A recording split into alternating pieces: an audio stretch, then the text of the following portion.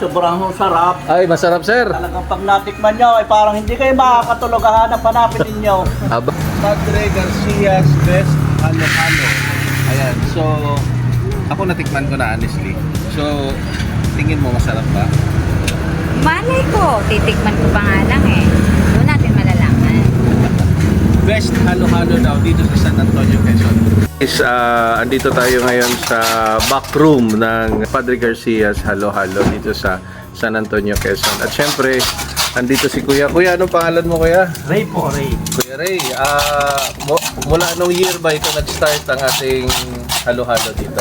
Kasi nung actually po yung sa kapatid ko po 25 years na, ngayon po kami mga 12 years na po kami dito. So may ibang branch mo po ito? Yung pong sa amin po sa Garcia, Sa Garcia, Quezon din po yun?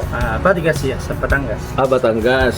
Okay, so kapatid pala ni Sir ang... Yung sikat na lokal si Garcia. Padre Garcia. Tapos, ang branch nila, kayo naman na may hawak, Sir. Opo. Anong pangalan niyo ulit, Sir? Ray.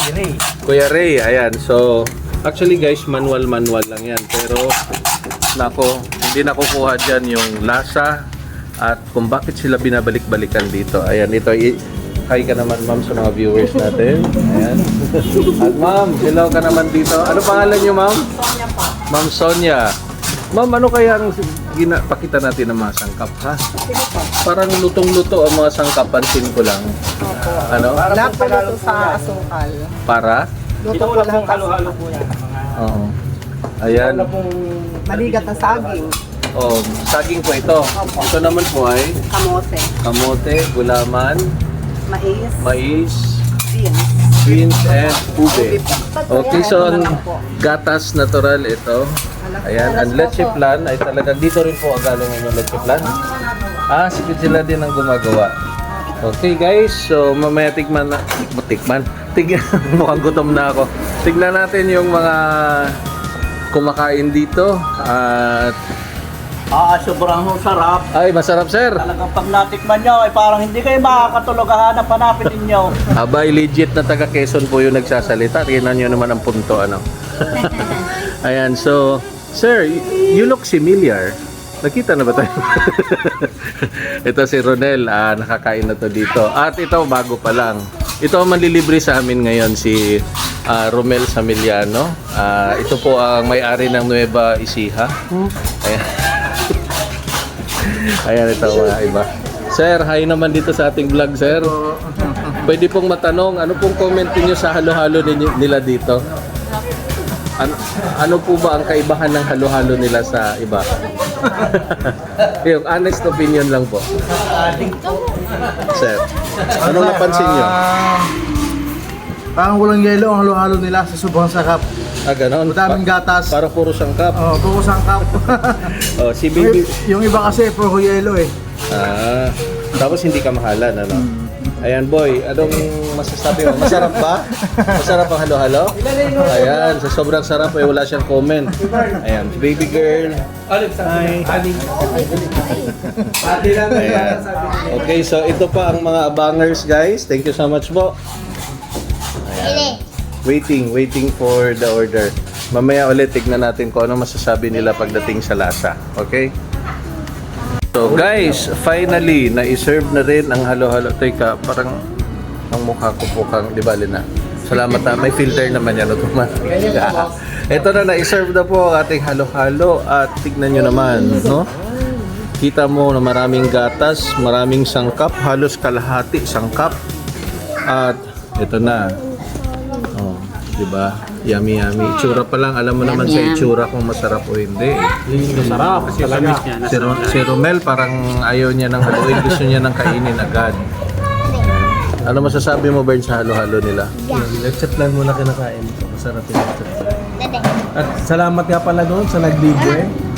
Ang may tawag doon? At tumama sa sibuyas. At ang tinamaan ng sibuyas. Tinamaan daw ng sibuyas. Ayan, ano masasabi mo sa halo-halo? Masarap. Natikman ko na ito noong nakaraan dito. Ate kayo dito ka, kuya. Bakit masarap? Dalawa kayo dito ni kuya. Yung lasang lasa ng mga halo. Luto. Share kayo ni kuya. Luto. Kasi may mga halo-halo na... Hindi overnight. Ayan, Ayan. Kasi may mga halo-halo guys na parang yung sangkap Ito ka walang parang laman eh, ba? parang malapsa ba tawag dyan? Dito parang nagmi-mix siya, nagbi-blend siya kasi parang niluluto lahat yung sangkap. Kung ako sa inyo kahit malayo ang San Antonio, Quezon ay sadyain yung Sa puntahan. Padre Garcia, Batangas pala yan. Ikaw naman, ano masasabi mo sa halo-halo nila? Sarap. Abrats lang. Mahilo niya. Hindi ganun kalakihan. Tapos yung sangkap niya po.